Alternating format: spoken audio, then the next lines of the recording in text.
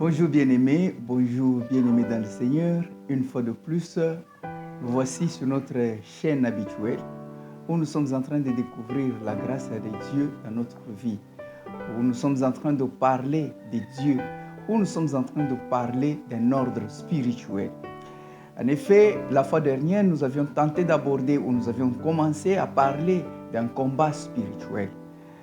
Et c'est pourquoi aujourd'hui, j'ai aimé que nous puissions commencer par scinder les différents combats ou les différents acteurs de ces combats spirituels.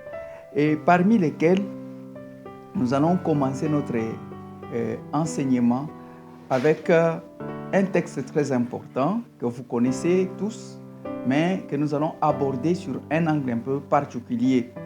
Nous allons lire Matthieu chapitre 17, du verset 14 au verset 21. Voilà ce qui est dit. Lorsqu'ils furent arrivés près de la foule, un homme vint se jeter à genoux devant Jésus et dit: Seigneur, aie pitié de mon fils qui est lunatique et qui souffre cruellement. Il tombe souvent dans le feu et souvent dans l'eau. Je l'ai amené à tes disciples et ils n'ont pas pu le guérir. Race incrédule et perverse, répondit Jésus. Jusqu'à quand serai-je avec vous? Jusqu'à quand vous supporterai-je? Amenez-le-moi ici. Jésus parla sévèrement au démon qui sortit de lui, et l'enfant fut guéri à l'heure même.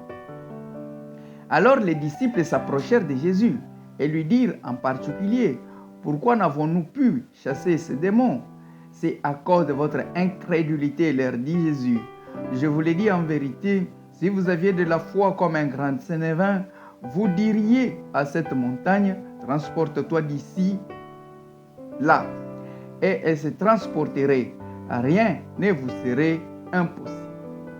Mais cette sorte de démon ne sort que par la prière et par les jeûnes.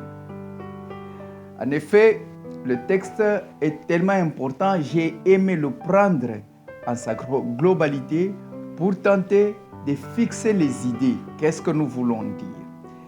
Vous savez, Jésus-Christ est en train de revenir de la montagne où il a fait une transfiguration. Et vous savez aussi que tout celui qui a fait une expérience avec Dieu cesse d'être ce qu'il était avant l'expérience. Il s'améliore. Le Jésus transfiguré est différent de Jésus avant la transfiguration. Lorsqu'il descendait de cette montagne, il a rencontré qu'il y avait une foule, qu'il y avait un problème. Et ce problème, c'était lequel? C'est que les disciples n'ont pas réussi à guérir ou à chasser un démon. Et lorsque Jésus-Christ le réprimande, il le réprimande de la manière la plus dure qui puisse exister, comme un père qui réprimande ses enfants. Mais néanmoins, dans leur conversation, les disciples ne sont pas arrêtés sur la réprimande. Ils ont vu Jésus-Christ chasser les démons. Et le démon est parti. Et les disciples sont allés le voir.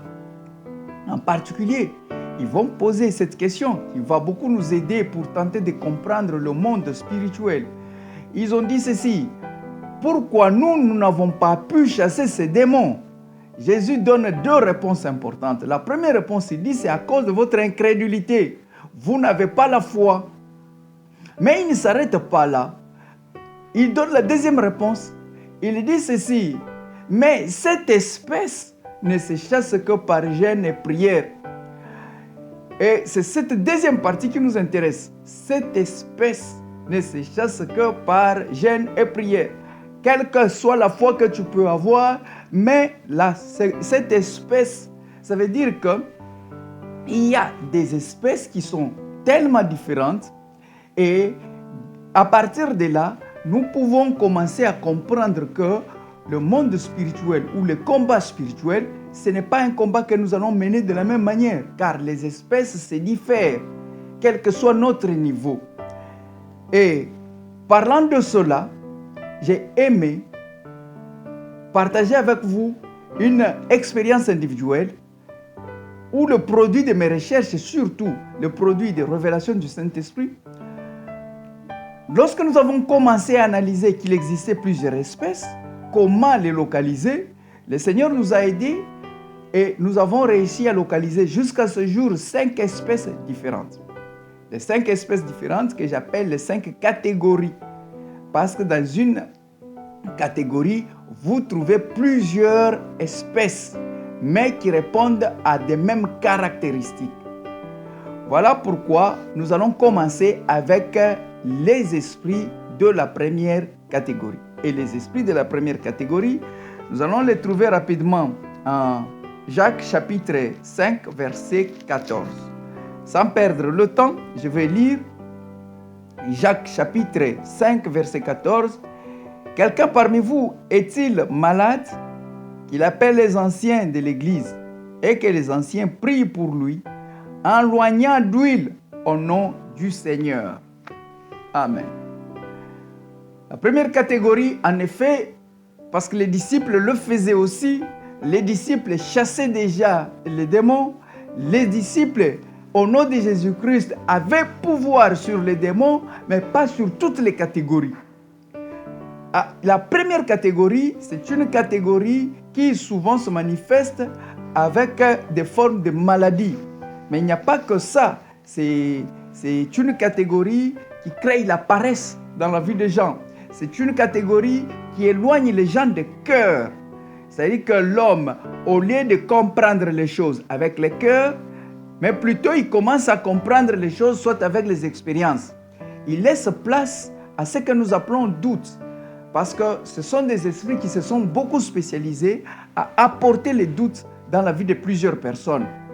Vous trouvez une personne, au lieu que son oui reste oui et que son non soit non, il commence à tâtonner, tantôt oui, tantôt non.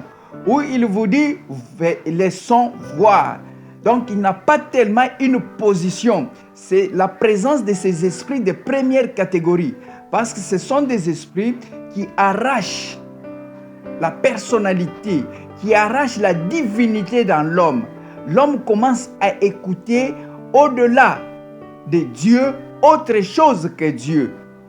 Au-delà de la volonté de Dieu, l'homme commence à avoir des rumeurs, d'autres pensées qui naissent en lui, qui le poussent à penser à autre chose. Il commence à vivre avec tâtonnement. Ça, ce sont les travails, ou c'est le travail plutôt des esprits de la première catégorie. Plusieurs personnes à ce jour sont en train d'évoluer dans le tâtonnement. Et le tâtonnement, c'est la présence de ces esprits. Il n'y a pas que la maladie seulement que ça apporte, maux de tête, maux de ventre, maux de ceci, maux de cela. Non, ça apporte au-delà de tout ça la paresse, ça apporte au-delà de tout ça la négligence, ça apporte au-delà de tout ça beaucoup d'autres maux qui rongent notre vie. Au-delà de tout ça, vous allez vous rendre compte que même la notion de l'infidélité commence à apparaître dans notre vie. C'est le travail de ces esprits-là. Alors, ces esprits que je viens de vous dire que ce sont les esprits de la première catégorie, ces esprits, ce sont des esprits qu'on peut chasser avec tout objet sacré. Vous vous souviendrez que lorsque les disciples avaient atteint une dimension, la Bible dit que même l'ombre pouvait chasser les démons. Que même les mouchoirs que les disciples avaient touchés pouvaient chasser les démons. Ces démons-là, ce sont les démons de la première catégorie que n'importe quel chrétien peut chasser, que n'importe qui peut chasser. Il suffit que vous ayez un objet sacré, vous pouvez chasser ces démons. Donc, vous avez l'huile sacrée, l'huile d'onction, vous allez chasser ces démons facilement. Vous allez apporter un changement dans la vie de plusieurs personnes. Et le souci principal, bien sûr, le souci que nous recherchons, c'est celui d'apporter l'harmonie dans l'être, faire que l'homme puisse écouter son cœur. C'est pourquoi ces démons, l'efficacité pour les chasser, ça devient l'affaire de tout ancien de l'Église. Voilà en gros ce que nous tentions d'expliquer sur les esprits de la première catégorie, que n'importe qui peut chasser au nom de Jésus-Christ. Et nous allons voir dans la suite les esprits de la deuxième catégorie. Restez branchés, cherchez plutôt notre vidéo sur les esprits de la deuxième catégorie. Vous en serez beaucoup édifiés. Merci, que Dieu nous bénisse. Alors ordonne-moi de faire ta volonté pour ne pas tomber dans le piège du diable. Près de toi je veux